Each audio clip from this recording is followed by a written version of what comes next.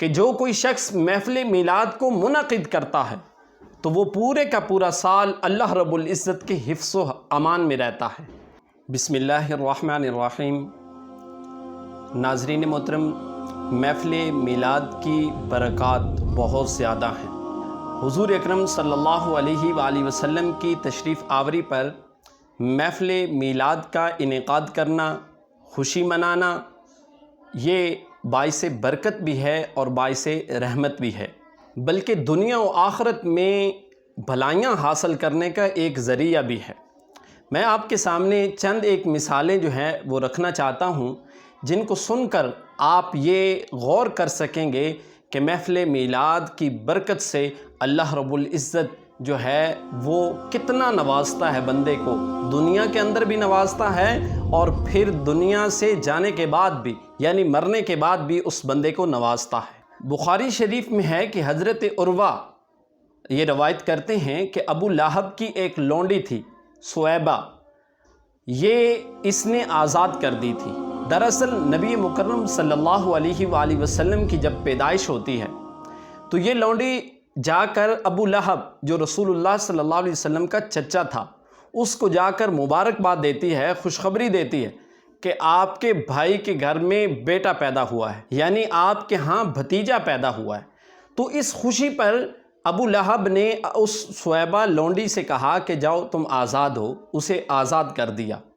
اور اس نے نبی مکرم صلی اللہ علیہ وسلم کو دودھ بھی پلایا تھا۔ پھر جب ابو لہب مر جاتا ہے اور اس کے بعد اس کو خواب میں دیکھا گیا کہ وہ عذاب کے اندر گرفتار ہے،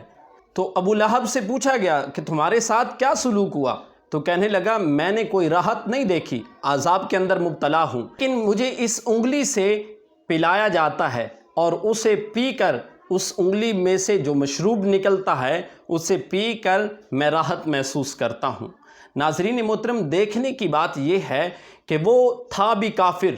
اس نے کوئی نبی کی پیدائش پر خوشی نہیں منائی، بلکہ اس کے بھائی کے گھر بیٹا پیدا ہوا اور بھتیجے کی خوشی پر اپنی لونڈی کو ایک انگلی سے اشارہ کیا کہ جاؤ تم آزاد ہو، اور اس انگلی کے اشارہ کرنے کے سبب اور پھر بھتیجا سمجھ کر اس نے اپنی لونڈی کو آزاد کیا۔ لیکن اللہ رب العزت نے اس کافر کو بھی اس عمل پر جو ہے وہ مرنے کے بعد بھی اس کو ثواب دیا۔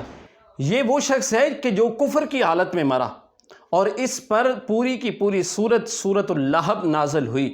لیکن پھر بھی اللہ رب العزت آقا علیہ الصلوۃ والسلام کے آنے کی خوشی کے اندر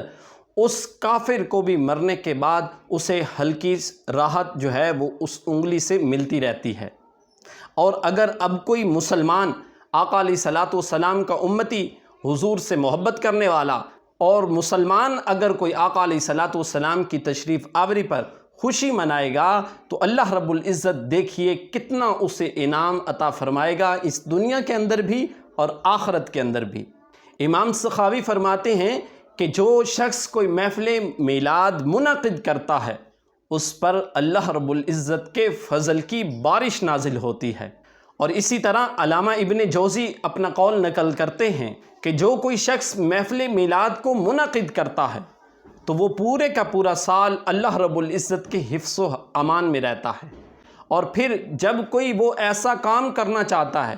یعنی کوئی اس کی چیز مطلوب ہو جسے وہ حاصل کرنا چاہتا ہے، تو اللہ رب العزت اسے جلد عطا فرما دیتا ہے، اور وہ بھی محفل میلاد کی برکت سے۔ اور پھر دیکھیے کہ شاہ عبد الحق محدث دہلوی کی نظر میں محفل میلاد جو ہے اس کے منعقد کرنے پر کتنا اللہ اجر عطا فرماتا ہے، بندوں کو نوازتا ہے۔ فرماتے ہیں کہ میں گناہ گار ہوں، میرے پاس کچھ نہیں،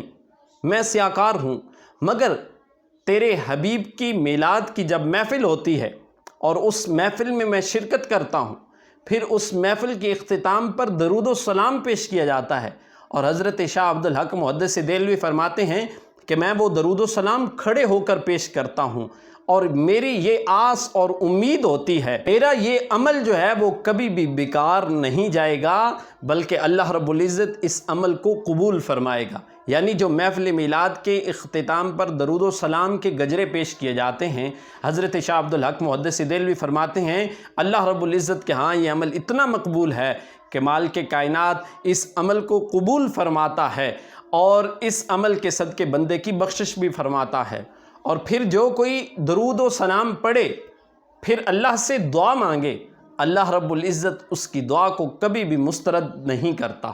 تو ناظرین محترم، محفل میلاد کا انعقاد کرنا یہ باعث برکت بھی ہے اور باعث خیر بھی ہے۔ دنیا کے اندر بھی بھلائیاں نصیب ہوتی ہیں، آخرت کے اندر بھی اللہ رب العزت بھلائیاں عطا فرماتا ہے۔ اگر ایک کافر کو محفل میلاد نہیں بلکہ حضور کی آمد کی خوشی پر بھی نہیں، صرف اپنے بھتیجے کے آنے پر